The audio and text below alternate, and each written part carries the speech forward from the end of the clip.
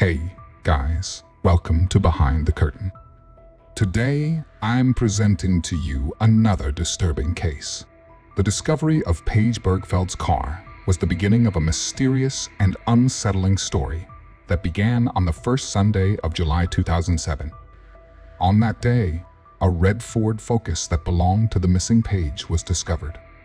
However, the location where the car was found and its condition raised many questions and serious suspicions.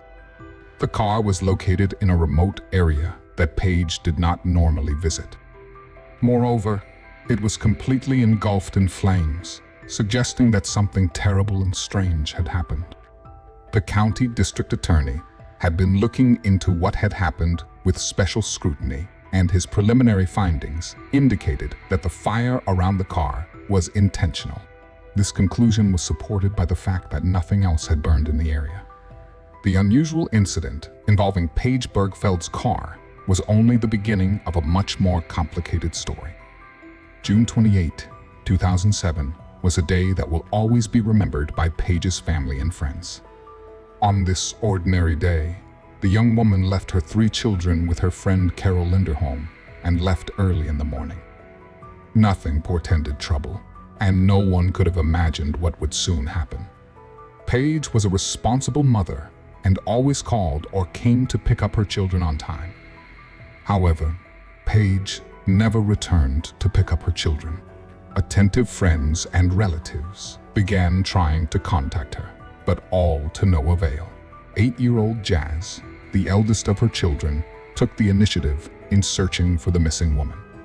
After sending several messages to her mom's phone and getting no response, she insisted on searching with Carol. They went to the police station where Jazz reported that her mom had not returned for her. This call to the police was a key point in the beginning of the police investigation in the search for Paige Bergfeld. With each passing hour, the concern of Paige's loved ones only grew. The community was shocked by this mysterious disappearance, and many were willing to make every effort to help in the search for Paige. Thus began a massive public search operation to return this young woman to her children and loved ones. That same day, the missing woman's father, Frank Bergfeld, received a disturbing call from an official with the sheriff's department. The message was brief and shocking. His daughter had disappeared. It became clear to Frank that something serious had happened. He tried to contact Paige, but there was no response. Terrified and desperate, Frank called his oldest son, Craig, who was on the other side of the country. Craig didn't hesitate to buy a one-way ticket and arrived in town ready to help in the search for his sister. Family and loved ones joined forces with police and volunteers to begin a massive search. People from different neighborhoods began searching for Paige, combing the surrounding area and checking every corner where they could find any trace of her whereabouts. The police began scrutinizing Paige's history with her loved ones to see if they had anything to do with her disappearance. Of course, authorities turned their attention to Paige's relationship with her first husband, Howard Bigler. The story of that relationship began during her high school years. After graduating from high school, Paige enrolled in nursing school at the University of Florida, where she met a young man named Howard Bigler. Their feelings for each other proved to be mutual, and they began dating. After successfully earning her nursing degree, Paige returned to Colorado. There, she continued to live with her family. After some time, in 1995, she and Howard Bigler got married. At first glance, the spouses seemed to be a happy couple. They had many common interests and views on life. However, there was one significant rift in their relationship that eventually led to divorce. Paige dreamed of a child and wanted a family. However, Howard did not share her desire. The issue became a cause for arguments and conversations on numerous occasions. None of the attempts to find a compromise were successful, and in 1997, the couple decided to part ways. Nevertheless, despite the divorce, their connection was strong, and the former spouses remained friends. Paige later married Rob Dixon, but their marriage also ended in divorce. After her divorce from Rob, Paige resumed communication with Howard. The missing woman's first husband claimed that he was one of the last people to see Paige alive. On the 28th, they met up in Eagle County, Colorado, due to personal business. There, they spent Thursday together. The former spouses then returned to their respective cities. Howard confirmed that they continued to communicate by phone after the meeting. Upon learning of Paige's disappearance, Howard immediately contacted emergency services. While speaking to the operator, he expressed his deep concern and belief that something terrible had happened to Paige. He noted that she would never leave her children without a good reason. The phone recording was corroborated by cell tower data showing that on the day Paige disappeared, Howard was in the Denver, Colorado area, which is several hours away from where she disappeared. This gave police officers reason to remove Howard from the list of suspects. Police began to scrupulously examine Paige's relationship with her second husband, Rob Dixon, and quickly uncovered many events that raised questions and warranted further investigation. It turned out that during their marriage, Paige had reported Rob to the police twice for harassment. After her divorce from her first husband, Paige took a job at a strip club in Denver, where she met Rob Dixon.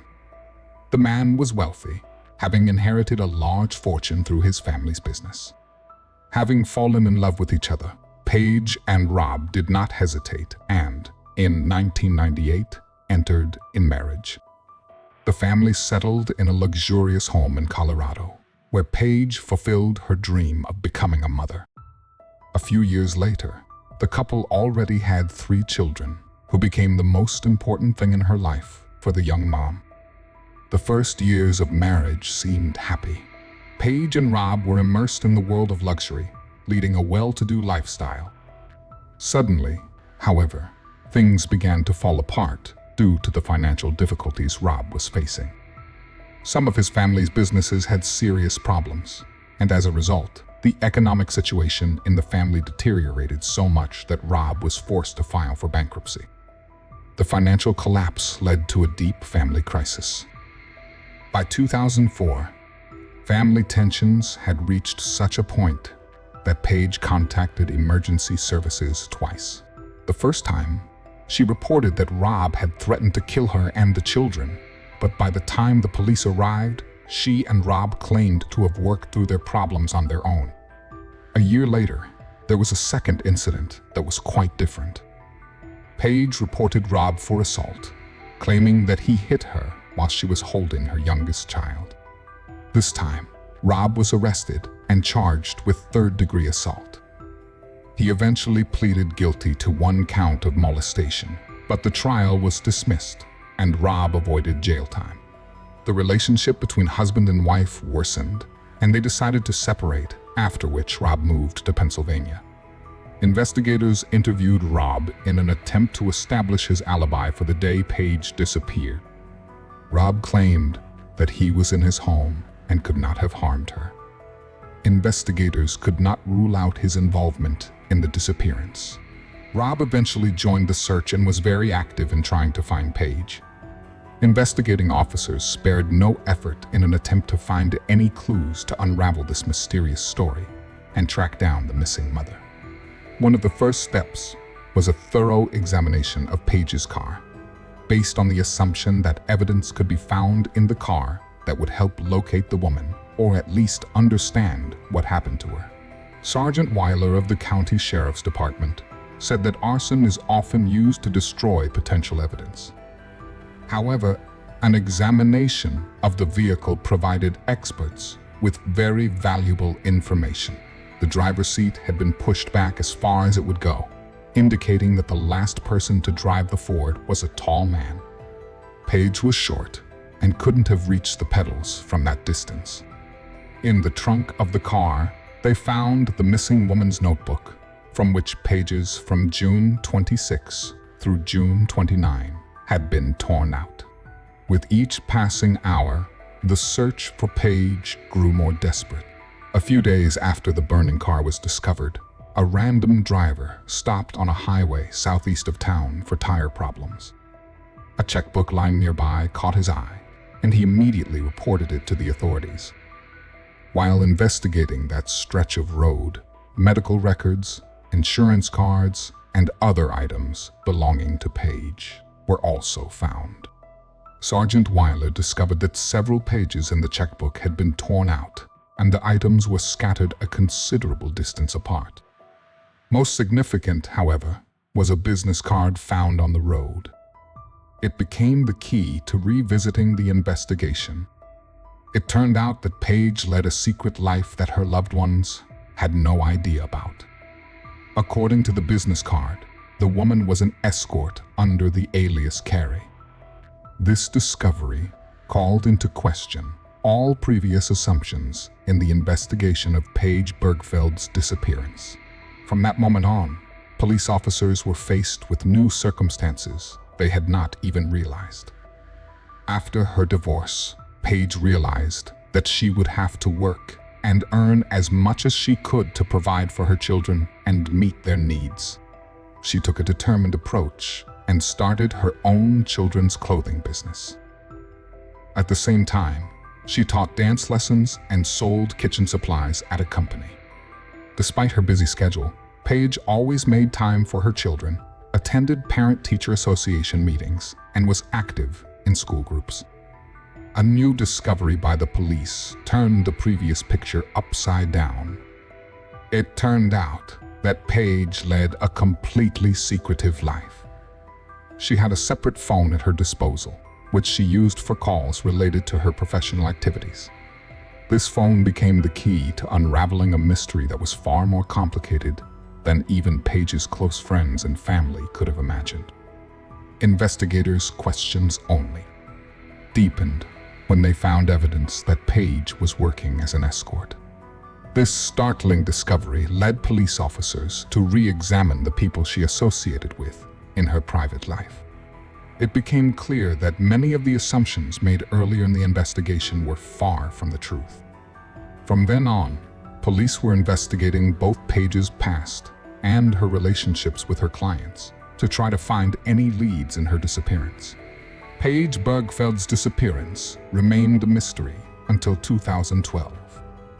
That year, human remains were found in a remote area of Colorado, identified as Paige's through dental records. The investigation into her death continued, focusing on individuals from her past, but no one has been charged with her murder to date.